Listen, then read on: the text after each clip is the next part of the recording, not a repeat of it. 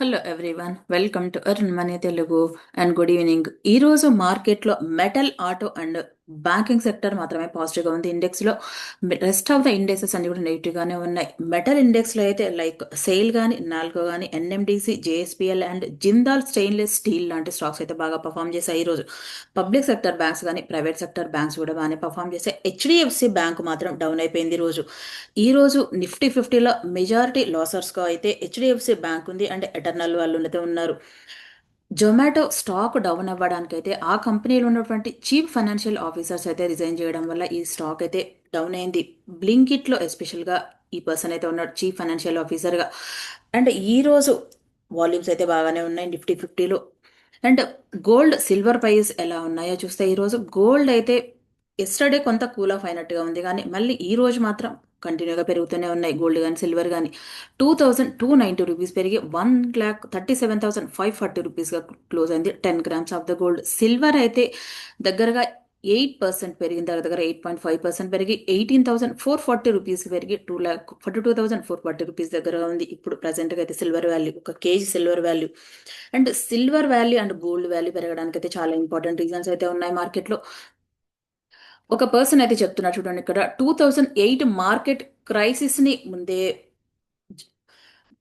Predict చేసినటువంటి person ఈ Peter షిఫ్ గారు అయితే చెప్తున్నది ఏంటంటే ప్రజెంట్ గా గోల్డ్ అయితే పర్చేజ్ చేయొచ్చు, కానీ సిల్వర్ విషయంలో అయితే కొంచెం జాగ్రత్తగా ఉండాలనేది చెప్తున్నారు.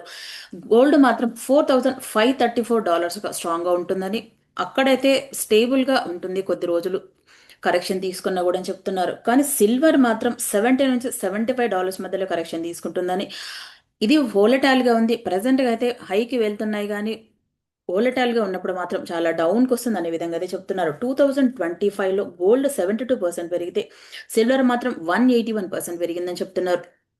మార్కెట్లో ఇంత పెరగడం కూడా సిల్వర్ కూడా మార్కెట్లో మంచిది కాదు, కానీ వోలటాలిటీ ఖచ్చితంగా వస్తుంది, కొంత టైం అయితే తీసుకుంటుంది అనే విధంగా చెప్తున్నారు. దీనికి సపోర్ట్గా కూడా రాబర్ట్ కియోసాకి కూడా, rich dad and poor dad book author అయినటువంటి రాబర్ట్ కియోసాకి గారు చెప్తున్నది ఏంటంటే silver bubble about to burst అనే విధంగా చెప్తున్నారు. సిల్వర్ బబుల్ త్వరలోనే బర్స్ట్ అవుతుందని, కొంత టైం వెయిట్ చేయాలని, 2026లో మాత్రం $100గా వెళ్తుందని, నెక్స్ట్ పాసిబుల్గా $200 వరకు కూడా వెళ్తుంది ఒక ఔన్స్ సిల్వర్ అనే విధంగా కూడా చెప్తున్నారు. ప్రజెంట్గా అయితే కొంత కరెక్షన్ తీసుకుంటుంది, కానీ మేబీ ఫ్యూచర్లో ఇంకా పెరిగే ఛాన్స్ అయితే ఉంది అనే విధంగా అయితే చెప్తున్నారు. అండ్ ఈయన చెప్తున్నది కూడా ప్రజెంట్గా ఉన్నటువంటి చాలా ఇంపార్టెంట్ రీజన్స్ చూసే ఈయన కూడా చెప్తున్నది ఏంటంటే ఫిజికల్తో కంపేర్ చేస్తే పేపర్లో ఎక్కువగా ఉంది, కానీ ఫిజికల్గా సిల్వర్ అయితే తక్కువగానే ఉంది. చైనా వాళ్ళు లాస్ట్ 2-3 ఇయర్స్ నుంచి కూడా సిల్వర్ ప్రొడక్షన్ అనేది తగ్గించేశారు అండ్ సిల్వర్ ఎక్స్పోర్ట్స్ కూడా కంట్రోల్ చేస్తున్నారు చైనా వాళ్ళు. దాంతో పాటుగా యుఎస్ వాళ్ళు రేర్ ఎర్త్ క్రిటికల్ మినరల్ లిస్ట్లో కూడా యాడ్ చేశారు సిల్వర్ని. ఈ రీజన్ వల్ల సిల్వర్ ప్రైస్ అయితే కంటిన్యూగా పెరుగుతున్నాయి, కానీ తొందరలోనే కూల్ ఆఫ్ అవ్వచ్చు అనే విధంగా చెప్తున్నారు. ఎస్టర్డే మాత్రం 21,000 తగ్గిపోవడానికి అయితే యుఎస్ అలాగే రష్యా మధ్యలో పీస్ డీల్ ఫైనలైజ్ అవుతుందని, అండ్ ప్రైస్ హైకి వెళ్ళినప్పుడు ప్రాఫిట్ బుకింగ్ చేసే వాళ్ళైతే బాగా పెరిగారు మార్కెట్లో. వాళ్ళతో పాటుగా ప్రాఫిట్ బుక్ చేసుకునే టైంలో కూడా ఫిజికల్గా సిల్వర్ తీసుకునే వాళ్ళు కూడా బాగా పెరిగారు. అండ్ వాళ్ళతో పాటుగా కూడా ఫ్యూచర్స్ కూడా బాగా ప్రైస్ పెంచే వరకు ఎస్టర్డే అయితే సిల్వర్ అయితే కొంత కూల్ ఆఫ్ అయింది. ఈ రోజు అయితే మళ్ళీ పెరిగిందని చెప్పొచ్చు. చైనా వాళ్ళు 2026-27లో మాత్రం కొన్ని కంపెనీస్కి అయితే ఎక్స్పోర్ట్ విషయంలో అయితే వాళ్ళు పర్మిషన్ ఇచ్చినట్టుగా తెలుస్తుంది. చైనాలో ఉన్నటువంటి 44 కంపెనీస్కి వీళ్ళైతే పర్మిషన్ ఇచ్చారు. వాళ్ళ కంట్రీలో ఉన్నటువంటి ఇండస్ట్రియల్ పర్పస్గా వాళ్ళు ఉపయోగించుకొని next rest of the excess ఉన్న సిల్వర్ని మాత్రమే వీళ్ళైతే ఎక్స్పోర్ట్ చేయాలి అనే విధంగా అయితే చెప్తున్నారు. దీనికి ఎలన్ మస్క్ గారు అయితే కూడా సపోర్ట్ చేస్తున్నారు. సిల్వర్ షార్టేజ్ వస్తే ఇండస్ట్రీలో హ్యూజ్గా షార్టేజ్ అయితే వస్తుంది, ఇండస్ట్రీస్ కొంత ఇంపాక్ట్ అవ్వచ్చు అనే విధంగా కూడా చెప్తున్నారు. అండ్ ఆల్ ఓవర్ గ్లోబల్గా ఉన్నటువంటి మార్కెట్స్ ఎలా ఉన్నాయో చూస్తే ఎస్టర్డే యూఎస్ మార్కెట్స్ అయితే కొంత నెగిటివ్గా ఉన్నాయి. టెక్ స్టాక్స్ అయితే కొంత డౌన్కి వచ్చినట్టుగానే తెలుస్తుంది. అండ్ జపాన్ మార్కెట్స్ ఈరోజు అయితే నెగిటివ్గానే ఉండే, అండ్ ఆల్ ఓవర్ గ్లోబల్గా ఉన్నటువంటి మార్కెట్స్ చూస్తే కొంత మిక్స్డ్గానే ఉన్నాయి ఈరోజు. అండ్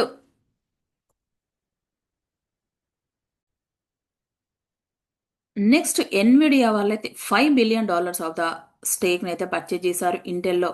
వీళ్ళు కూడా జాయింట్ వెంచర్లో అడ్వాన్స్ ఆర్టిఫిషియల్ ఇంటెలిజెంట్ చిప్ని డెవలప్ చేసే విషయంలో, నెక్స్ట్ సాఫ్ట్ బ్యాంక్ వాళ్ళు కూడా డేటా సెంటర్కి సపోర్ట్ చేసే ఇన్ఫ్రాస్ట్రక్చర్ సెగ్మెంట్లో డిజిటల్ బ్రిడ్జ్ కంపెనీకి అయితే అక్వైర్ చేశారు. వీళ్ళు $4 బిలియన్ విషయంలో ఆర్టిఫిషియల్ ఇంటెలిజెంట్ విషయంలో సపోర్ట్ చేయాలని, వీళ్ళు ఫర్దర్గా ఈ సెగ్మెంట్లో గ్రో అవ్వాలనుకుంటున్నారు.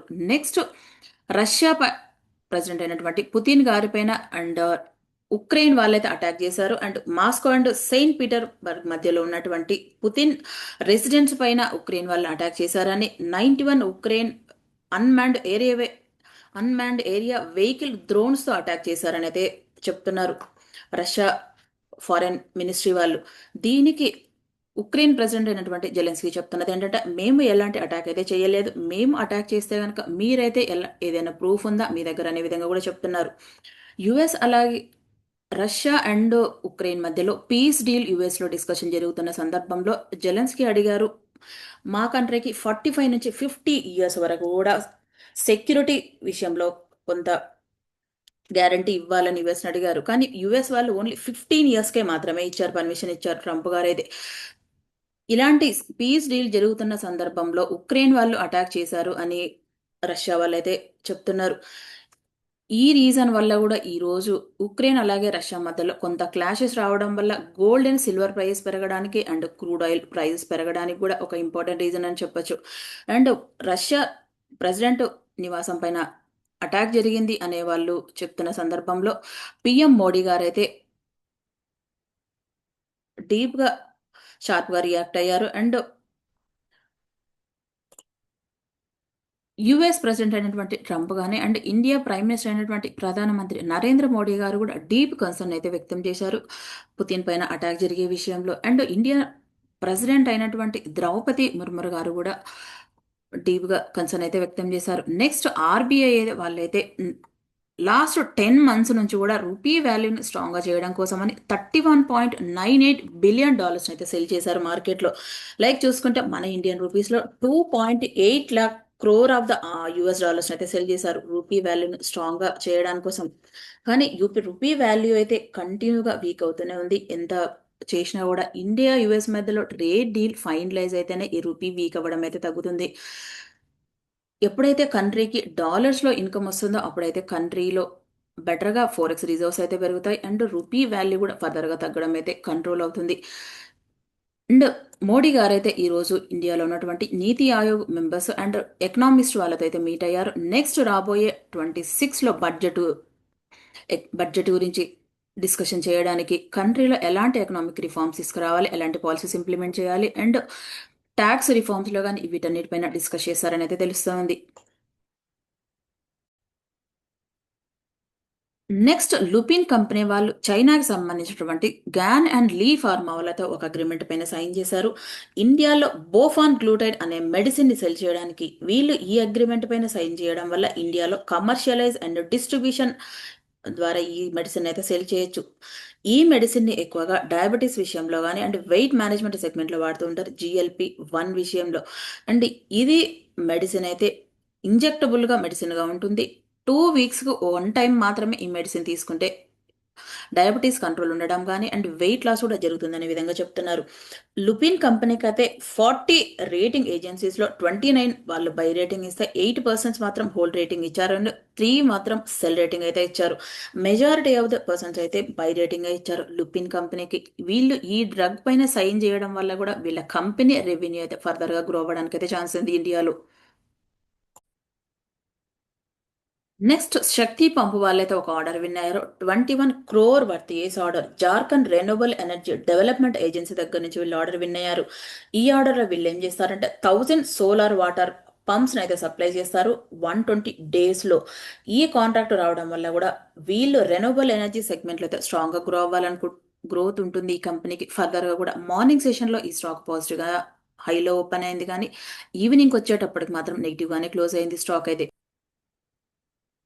Next BL Kashyap and sons limited వాళ్ళకైతే ఒక ఆర్డర్ విన్ అయ్యారు వీళ్ళకి 364 crore వర్త్ వేసే ఆర్డర్ ESNP property builders and development private limited దగ్గర నుంచి అయితే లభించింది.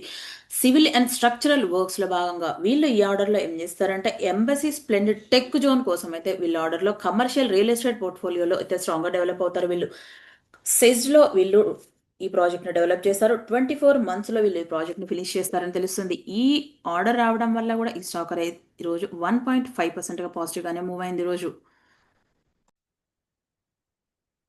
నెక్స్ట్ శ్రీరామ్ ఫైనాన్స్కి అయితే కేర్ రేటింగ్ వాళ్ళు ఏ నుంచి ప్లస్ స్టేబుల్ రేటింగ్ అయితే ఇచ్చారు.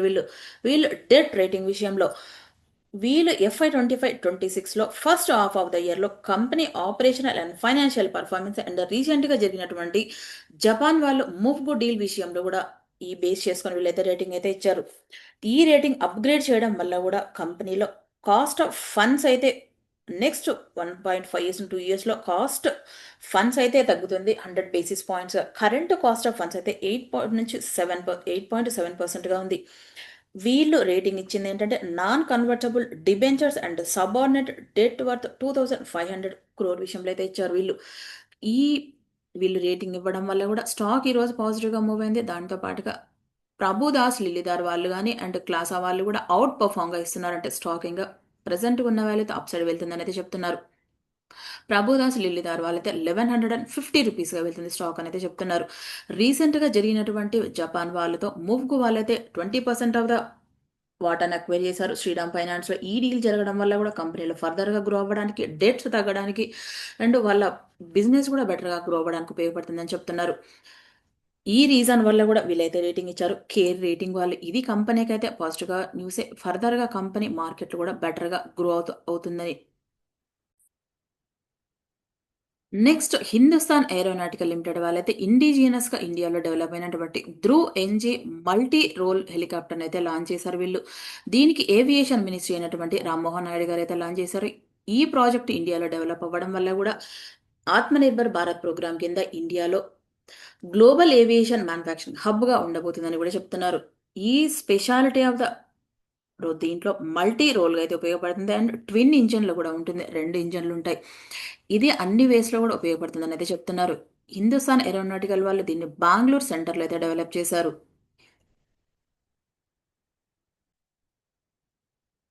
నెక్స్ట్ నవంబర్లో ఎయిర్ టారిఫ్ డేటా అయితే వచ్చింది. దీంట్లో ఎయిర్ ఇండియా వాళ్ళ షేర్ అయితే పెరిగింది.